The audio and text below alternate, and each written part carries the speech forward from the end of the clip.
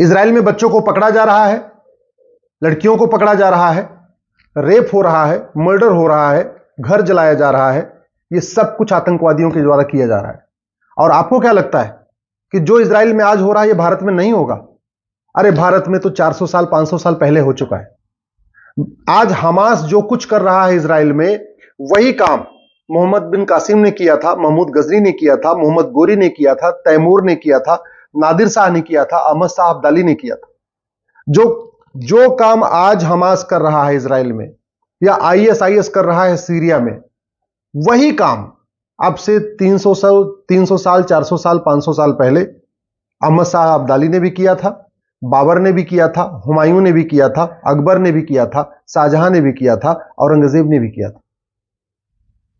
हमारे भारत में भी हमारे पूर्वजों का गला काटा गया था, बहन बेटियों का बलात्कार हुआ था, घर को जलाया गया था, छोटे छोटे बच्चों को किडनैप किया गया था, जजिया वसूला गया था, मंदिर तोड़ा गया था, सोना लूटा गया था और तलवार के दम पे धर्मांतरण कराया गया था।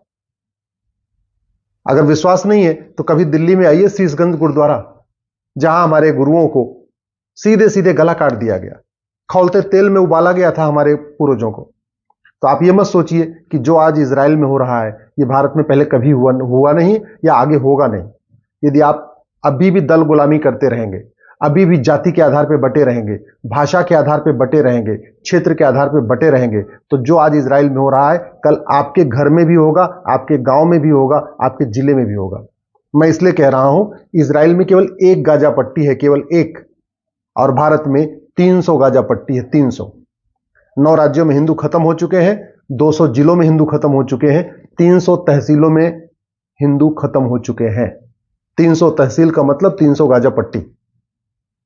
इसलिए मैं कह रहा हूं, दल गुलामी छोड़िए और कठोर कानून की मांग करिए। इजराइल के पास कठोर कानून है, इसके बावजूद उसको बम गिराना पड़ रहा है। चीन के पास कठोर कानून है, इसके बावजूद कभी कभी गोली मारना पड़ता है। फ्रांस थोड़ा लिबरल हो गया था, आज देखिए जल रहा है। यूरोप थोड़ा लिबरल हो गया था, आज देखिए पूरा यूरोप जल रहा है। अमेरिका में थोड़ा सा लिबरल हुआ था, फिर बाद में वहां पे टावर पे हमला हो गया, हालांकि उसके बाद अमेरिका सुधर गया, लेकिन भारत आज तक सुधरा नहीं है। हमारे नेता, लेखक, बुद्धिजीवी, पत्रकार, कलमकार आज भी ये शुतुरमुर्ग बने हुए हैं, आंख बंद करके बैठे हुए हैं। सबसे ज्यादा तो भारत के जज शुतुरमुर्ग बन के बैठे हुए हैं। जब आतंकवादियों का केस आएगा तो ये नहीं कि उसको फटाफट डे टू डे हियरिंग करके उसको फांसी वगैरह दे दें, नहीं, बैठे रहेंगे। और सबसे आश्चर्य की बात होती है, अगर डिस्ट्रिक्ट कोर्ट फांसी दे भी देती है तो हाई कोर्ट, सुप्रीम कोर्ट आते आते वो आजीवन कारावास में कन्वर्ट हो जाता है। आतंकवादियों को बैठा के रखना ऐसे लगता है जजों का शौक हो गया। आतंकवादियों को मानवता के आधार पर उनको आजीवन कारावास, फांसी को आजीवन कारावास में कन्वर्ट करना ऐसे लगता है जजों को शौक हो गया। और इसलिए भी हो गया है क्योंकि जज तो कभी जजों को कभी आतंकवादी तो पकड़ते नहीं।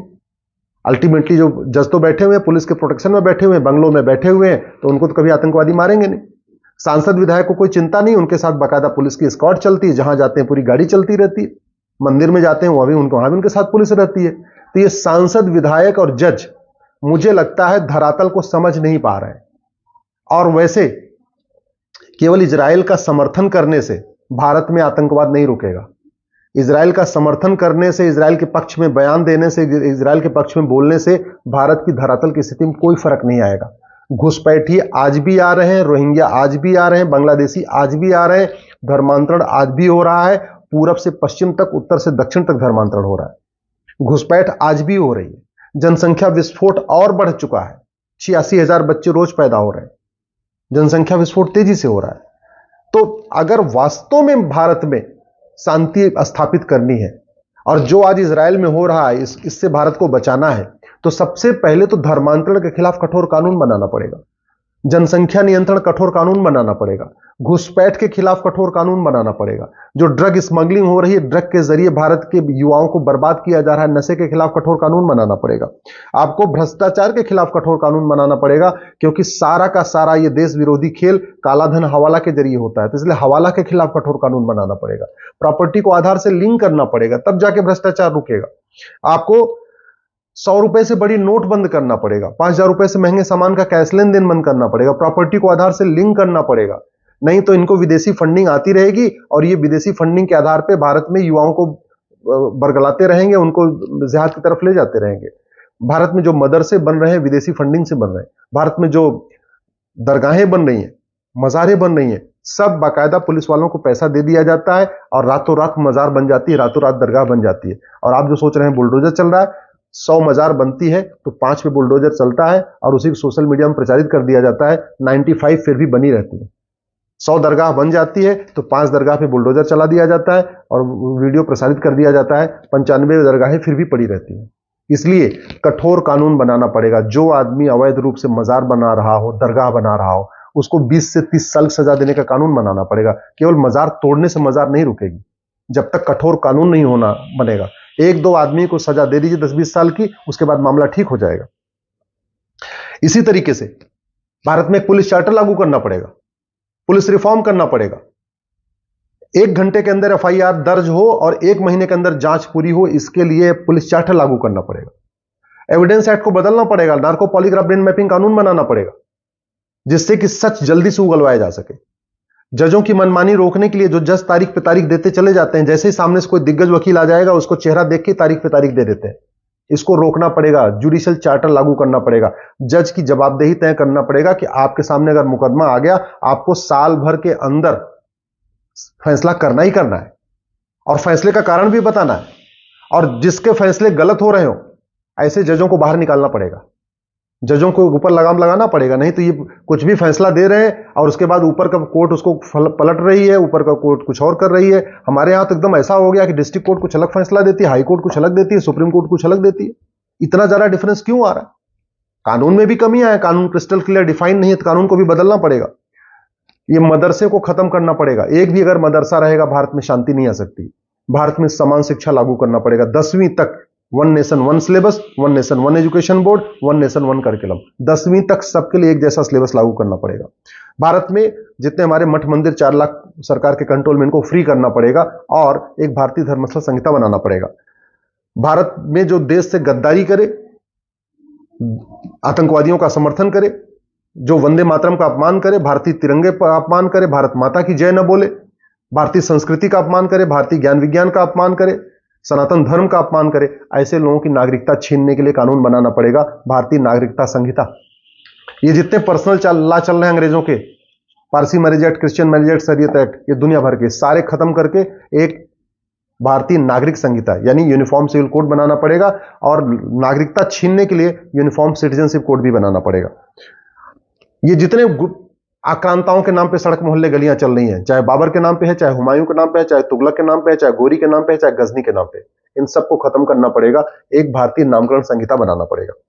इसी तरीके से दुनिया भर के जो हमारे यहाँ कानून चल रहे हैं, घूसखोरी का अलग कानून, जमाखोरी का अलग कानून, मिलावटखोरी का अलग कानून, कालाबाजारी का अलग कानून, नशा तस्करी का, दुनिया भर के पूरा घटिया कानूनों का मकर जाल, ये सारे कानून खत्म करके 1 नेशन 1 पिनल कोड, जैसे अमेरिका में है ना, ये फेडरल पिनल कोड आपको दिख रहा है, भ्रष्टाचार, अपराध सबका मिला के एक ही किताब है, एक ही किताब में सब आ गया है। ऐसे हमें भी बनाना पड़ेगा। ये जो दुनिया भर के हमने 50 कानूनों का मकर जाल बना रखा है, इनको सबको उठा के फेंकना पड़ेगा। भारतीय न्याय संहिता, इंडियन जुडिशियल कोड बनाना पड़ेगा, भारतीय न्याय संहिता बनाना पड़ेगा, जजों की रिस्पॉन्सिबिलिटी देना पड़ेगा, जजों की अकाउंटेबिलिटी तय करना पड़ेगा। ये गुंडे, मवाली, जाति का जहर बोने वाले, भाषा का जहर बोने वाले, क्षेत्र का जहर बोने वाले, जो सीधे सीधे पार्लियामेंट जा रहे हैं, इनको रोकने के लिए एक भारतीय चुनाव संहिता बनाना पड़ेगा। मिनिमम क्वालिफिकेशन सेट करना पड़ेगा, मैक्सिमम एज लिमिट सेट करना पड़ेगा। जैसे टीचर एलिजिबिलिटी टेस्ट होता है, ऐसे ही पार्षद प्रधान का चुनाव लड़ने के लिए, सांसद विधायक का चुनाव लड़ने के लिए भी एक एग्जाम होना चाहिए, रिटन एग्जाम होना चाहिए।